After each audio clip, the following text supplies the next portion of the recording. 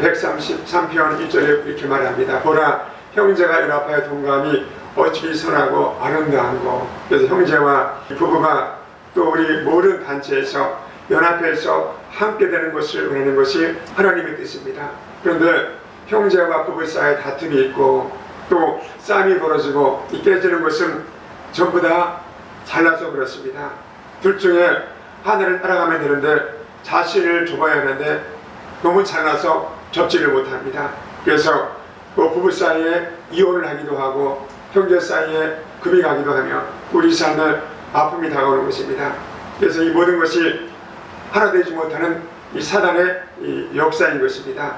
우리 예수님도 우리와 연합하길 원하십니다. 요한복음 14장 20절에 그날에 내가 아버지 안에 너희가 내 안에 내가 너희 안에 있는 것을 너희가 아니라. 또 요한복음 15장 7절에 이렇게 말씀하십니다. 너희가 내 안에 거하고 내 말이 너희 안에 거하면 무엇이든지 원하는 대로 구하라. 그리하면 이루리라. 이 하나님과 사람의 영합은 신약성경뿐 아니고 구약성경에도 많이 등장을 합니다. 열왕기하 18장 5절에 히스기야 왕이 등장을 합니다. 이렇게 말합니다. 히스기야가 이스라엘 하나님 야훼를 의지하였는데 그의 전후 유다 여러 왕 중에서 그러한 자가 없었으니 또 그가 야훼와 연합해서 그에게서 떠나지 아니하고 야훼께서 모세에게 명령하신 계명을 다 지켰더라. 이 히스기야 왕은 하나님을 전적으로 의지하는 왕이었었는데 그는 하나님과 연합하는 자였다 이렇게 말합니다. 여기서 연합한다는 것은 히브리어 성경 찾아보니까 이 실을 깨었다, 둘로 하나로 합쳤다, 찰떡처럼 찰싹 붙었다 이런 뜻으로 이야기하는데 둘이 하나가 되는 것을 연합하는 것을 의미합니다. 히스기야 왕이 그렇게 하나님과 연합할 수 있었던 것은 바로 하나님과 뜻이 같았기 때문입니다.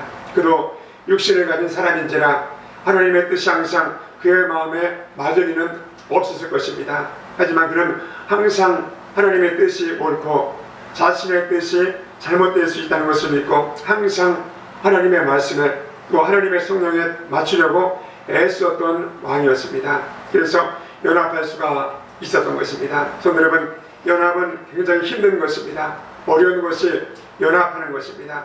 왜냐하면 사탄은 하나가 되는 것을 싫어합니다. 사탄은 창세기에 우리 에덴 동산에서부터 우리 인간이 하나님과 연합하는 것을 싫어했습니다. 그렇기 때문에 사탄이 개입하면 하나 되기가 매우 힘이 들고 또 어렵지만은 만약 연합되어 하나가 되기만 하면 우리 삶이 얼마나 기쁘고 우리 행복한지 모릅니다. 정말 복된 삶을 누릴 수가 있는 것입니다. 그렇기 때문에 우리는 하나님과 연합하게 된다는 것이 매우 중요한 문제라는 것을 이 시간 우리 깨달아야 할 줄로 믿습니다. 그렇다면 누가 하나님과 연합한 자일까요? 오늘 하나님이 우리에게 하나님과 연합한 자의 모습을 보여주십니다. 여러분이 하나님과 연합한 자로서의 아름다운 삶을 드러내면 이 말씀에 귀를 기리는 여러분 되시기를 축원드립니다. 첫 번째로 하나님과 연합한 자가 되기 위해서 첫 번째로 주일답게 지켜야 합니다. 안식일을 여러분 복되게 지켜야 합니다. 하나님은 자기 백성이 하나님을 올바로 섬긴다는 표시로 가장 중요시하는 것이 하나가 있는데 그것은 안식일을 온전히 지키는 것입니다. 왜 안식일을 온전히 지키게 하셨을까요? 안식일은 그냥 안식하는 날이 아닙니다. 안식일은 하나님을 하나님으로 섬기는 날입니다. 그렇기 때문에 하나님을 하나님으로 인정하는 표시가 바로 안식일이고 그날을 하나님이 구별되게 하셨습니다. 그래서 우리 카렌다도 보면은 한 달에 한 번씩 맨 앞에 빨간 글씨를 이렇게 칠해놨어요. 너무 의미심장하잖아요. 이 날은 주님이 바로 주일을 지키는 날인데 이 불교 신자나 세상의 모든 사람이 안식을 중심으로 해서 삶이 이어져 나갑니다. 그래서 우리 한 주간의 시작은 2절부터 안식일부터 시작되는 것입니다. 그래서 안식일을 지키는 것으로 왜 하나님이 뿌리를 삼았을까요? 그날은 하나님이 구별하신 날입니다. 그렇기 때문에 그날을 구별하는 것은 하나님을 하나님으로 또 하나님의 것을 하나님 것으로 구별하시는 표시가 되기 때문입니다. 물론 지금은 안식일의 주인이신 예수님이 율법을 완성하신 곳으로 우리는 주님을 부활하신 첫날 주일 안식일을 우리 개신교에서 지키고 있습니다. 그러나 하나님을 하나님으로 대접하는 그 개념은 똑같다는 것입니다. 그래서 오늘 보면 2절과 6절에 안식일을 더럽히지 말라 이렇게 말씀합니다. 안식일을 더럽힌다는 것은 어떤 것을 말하는 것일까요? 이 하나님의 날을 더럽힌다는 것은 그 날의 의미를 이해하지 못하고 잘못 사용한다는 것입니다. 다시 말하면 안식일에 무엇을 해야 하는지 모르고 내 마음대로 그날을 사용하는 것을 말합니다. 우리 손녀나 손자들에게 용돈을 주잖아요. 그러면 그들도요 1,000원짜리하고 만원짜리 또 5만원짜리를 구별할 줄 알더라고요. 그래서 만원짜리를 줄 때하고 5만원짜리를 줄 때하고 눈동자가 다릅니다. 왜요? 그 돈의 가치가 있기 때문에. 그래서 하나님은 이 안식일을 귀하게 보는 자에게 은혜를 베푸시고 안식일을 높이는 자에게 하나님이 그 사람의 복을 주시고 사용하시는 하나님이십니다. 다시 말하면 안식일에 무엇을 해야 하는지 모르고 내 마음대로 그날을 사용하는 것을 더럽히는 것이다 이렇게 말합니다. 왜 하나님은 안식일을 제정했을까요? 하나님 피곤하셔서 이 세운 날이 휴식에 세운 날이 절대 아닙니다. 하나님의 영광을 위해서 그 날을 구별하신 날이 바로 안식일입니다. 우리 인간이 그냥 쉬는 날로 구별하지 않으셨습니다. 그렇다면 어떻게 하라고 구별하셨을까요? 그 날을 통해서 하나님을 하나님답게 섬기고 또 그 날을 통해서 하나님과 아름다운 교제를 하며 살라고 구별하신 날이 바로 안식일입니다. 그런데 현실은 어떻습니까? 그 날이 하나님으로 섬기는 날이 아니고 자기 자신을 섬기는 날로 모든 것이 변해버렸습니다. 우리 자신을 우리 돌아봐야 합니다. 주일이 누구를 위해 존재합니까? 주일은 주님의 날로 만들지 못하고 내가 내 멋대로 내 편리함대로 사용하는 나의 날이 되버리고 만 것입니다. 주님은 그것을 더럽히는 것으로 간주하십니다. 그렇기 때문에 하나님과 연합한 자라면 이 날을 주님을 위해서 날로 구별해서 늘 주님을 높이고 하나님의 뜻 가운데 거하는 우리가 되어야 할 줄을 믿습니다. 저는 오랜 전에 어떤 집사님은 믿음이 많이 없으신 분이었었어요. 초등학교밖에 나오지 못하신 분인데 이분이 은혜를 받아가시고 이 주일을 성수하시는데 놀랍게 은혜가 됩니다. 그래서 이분이 이 주일날 교회 갔다 오셔서 그때 믿음이 부족했거든요. 저한테 오셨더라고요. 뭘 선물을 사들고. 그래서 이날 왜 이렇게 오셨습니까? 그러니까 이날은 우리가 주일 예배 드리고 믿지 않는 자에 가서 한번 주님과 교제하는 것이 하나님의 뜻이라고 오늘 목사님이 말씀하셨어요. 그래서 우리 당신도 예수 믿으라고 당신에게 전도하기 위해서 왔습니다 하는데 그 말 하는데 왜 이렇게 믿지 않고 이쁜지 지금도 기억이 납니다. 여러분 주님의 날을 주님을 위해서 값어치게 쓰시는 여러분 되서 주일을 값어치게 쓸 때 하나님께서 여러분 삶을 어떻게 높이시는가 하나님 앞에 빛난 삶을 사시는 여러분 되시기 바랍니다. 하나님은 구약의 안식일을 매우 귀하게 여기셨습니다. 그래서 십계명 중에서 이 출애굽기 20장 8절에 이렇게 말합니다. 안식일을 기억해서 거룩히 지키라 이렇게 말합니다. 출애굽기 20장 10절입니다. 제7일은 너희 하나님 야훼의 안식일인즉 너나 내 아들이나 내 딸이나 내 남종이나 내 여종이나 내 유충이나 내 문 안에 유하는 객이라도 아무것도 하지 말라. 이는 엿새 동안에 나 야훼가 하늘과 땅과 바람과 가운데 모든 것을 만들고 제7일에 쉬었습니다. 그러므로 나 야훼가 안식일을 복되게 해서 그날을 거룩하게 하였느니라. 안식일을 거룩하게 했다 이렇게 말합니다. 심지어 출애굽기 31장 13절에 이 날을 표적으로 삼아서 이 날을 더럽히면 하나님께서 죽이겠다 이렇게 말씀하셨습니다. 그래서 이렇게 말합니다. 그럼 이스라엘 자손에게 후에서 이르기를 너희는 나의 안식일을 지키라. 이는 나와 너희 사이에 너희 대대의 표적이니 나는 너희를 거룩하게 하는 야훼인 줄 너희로 알게 함이라. 너희는 안식일을 지켰지니 이는 너희에게 성일이 됩니다. 무릇 그날을 더럽히는 자는 죽일지며 무릇 그날에 일하는 자는 그 백성 중에서 그 생명이 끊쳐지리라 이렇게 말합니다.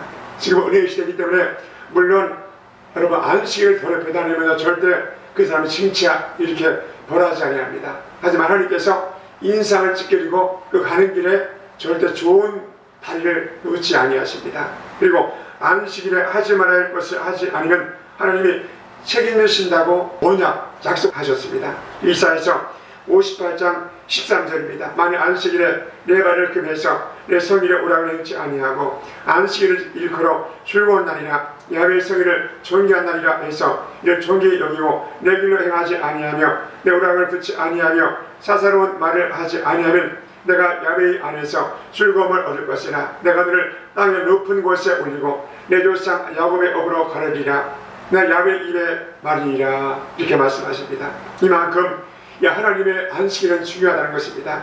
사사로운 날이 아닙니다. 거룩하게 후회된 하나님의 귀한 날인 것입니다. 여러분이 진정으로 하나님을 하나님답게 섬기려면 그 날을 구별하셔야 합니다. 이 날을 존귀 여겨야 하고 이 날에 하나님 안에서 즐거움을 얻어야 합니다. 그 날에 준비된 복을 누리게 부족함이 없도록 하나님 앞에 복을 받고 안식일을 거룩하게 지킴으로 우리 삶이 영광의 삶으로 승화되는 여러분 다 되시기를 예수님의 이름으로 축원드립니다. 두 번째로 악을 버리고 하나님을 기뻐하는 일을 행해야 합니다. 하나님은 이사야 선지자를 통해서 이스라엘 백성은 망할 것이고 그들은 이방 나라의 포로로 잡혀갈 것이라고 경고를 하십니다. 그런데 원인이 무엇입니까? 그것은 그 백성들이 하나님을 멀리하고 타락했기 때문입니다. 그 타락 중에서 가장 무서운 타락이 우상숭배였습니다.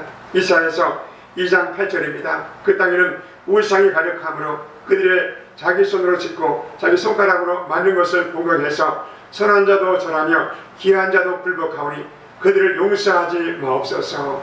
이스라엘 땅 전체가 우상이 가득했고 자기 손으로 지은 것을 공격하고 선한 자나 기한 자가 가릴 것이 없이 그 우상 앞에 전하는 모습을 보고 하나님이 경고했다는 것입니다. 그 악행을 버려야 하나님과 연합한 자가 된다는 것입니다. 그리고 하나님이 기뻐하는 예배, 하나님이 기뻐하는 봉사, 또 선교, 영혼 구원에 힘을 쓰는 자가 우리가 되어야 합니다. 무엇을 하는지 그분께 충성해야 합니다. 적당히 하는 것이 아닙니다. 죽도록 우리 충성해야 합니다. 그것이 하나님과 연합된 자의 모습입니다. 사랑하는 성도 여러분, 우리 한국의 대한민국은 세계 여러 나라 가운데에서 여러 민족이 대한민국을 기독교 국가로 잘못 착각을 하고 있습니다. 선교사를 왜 그랬습니까? 미국 다음으로 전 세계 선교사를 가장 많이 파송한 나라가 대한민국이에요. 우리 아시아권에서 중국이나 일본이 파견할 것 같죠? 아니에요. 일본도 선진국인데 일본은요 선교사가 없어요. 근데 대한민국은 미국 다음으로 전 세계 많은 선교사를 파송했습니다. 사실 사회주의층의 기독교인이 여러분 이 퍼센테이지를 보면 얼마나 많은 자가 기독교인인지 몰라요. 자신의 종교를 개신교라고 표시한 자가요 우리 대한민국 모든 시원 가운데 45%가 된다고 하더라고요. 지금도 흔히 부자 동네라고 하는 강남의 35%가 기독교인이라고 합니다. 그러나 우리는 기독교 국가가 아닙니다. 온 나라가 불교우상 천지인 것이 대한민국입니다. 우리나라를 선교로 연구하는 사람들은 불교 국가로 분립을 합니다. 사실 우리가 신경 쓰지 않아서 그렇지 산마라, 이 명산마라 절이고 사찰입니다. 이제는 산속에 머물고 있지 않고 도심에 들어가서 곳곳에서 또 복음을 전파하고 있습니다. 그래서 곳곳이 우상천지입니다. 그래서 제가 지난주에도 그런 간증을 했습니다. 우리 교회 한방에 떨어진 거 보니까 명함이 떨어졌더라고요. 조물주가 환상하셨다는 게요. 그걸 보고 있으면서 참 말세 중에서 말세다. 이것이 서울 시내하고 온 경기도 춘천까지 온 대한민국 팔도에 이 찌라시가 뿌려지고 있습니다. 그럼에도 하나님은 그 가운데 우리를 택하셨습니다. 그리고 우리에게 구원의 은총을 주셨습니다. 우리나라에서 우리가 예수를 믿을 수 있는 이 가능성은 20% 정도밖에 안 됩니다. 그러나 하나님은 우리를 창세전부터 택하시고 구별하셨습니다. 왜 그렇습니까? 하나님이 우리와 연합하게 원하시기 때문입니다. 그래서 예수님의 땅에 보내셨습니다. 그리고 우리가 죄인 됐을 때 그분이 우리 죄값을 완전히 청산하셨습니다. 그리고 하나님과 화목하게 하셔서 연합하게 하셨습니다. 우리는 늘 그 사랑을 잊으면 안 됩니다. 그 사랑을 알게 되면 악행을 끊을 수가 있는 것입니다. 하나님은 성경에 보니까 질투하는 하나님이다 이렇게 말합니다. 출애굽기 34장 10절입니다. 너는 다른 신에게 절하지 말라. 나 야훼는 질투하는 하나님이라 이렇게 말합니다. 왜 하나님이 질투하십니까? 질투하는 것은 그냥 하는 것이 아닙니다. 사랑하기 때문에 하는 것입니다. 내가 사랑하는 사람이 다른 사람을 사랑하면 질투가 생기는 것이 당연합니다. 하나님도 우리를 지극히 사랑하십니다. 당신의 아들을 십자가에 내어주시면서까지 사랑하셨습니다. 그런데 그런 사랑을 받은 우리가 우상에게 절하며 머리를 숙이는 악을 행하면 그냥 두시는 것이 이상하지 않습니까? 그렇기 때문에 우리 신자가 우상에게 머리를 숙이거나 우상을 섬기면 그것은 하나님의 진노를 불러넣으시며 대대로 심판을 받을 행위가 되는 것입니다. 부사에도 남편과 아내가 좋아하면 이게 질투하는데 하나님은 우상을 섬기면 얼마나 질투하겠습니까? 우리 이미 하나님과 연합한 자입니다. 하나님의 특별한 사랑과 선택을 받아 하나님이 함께하는 하나님의 자녀입니다.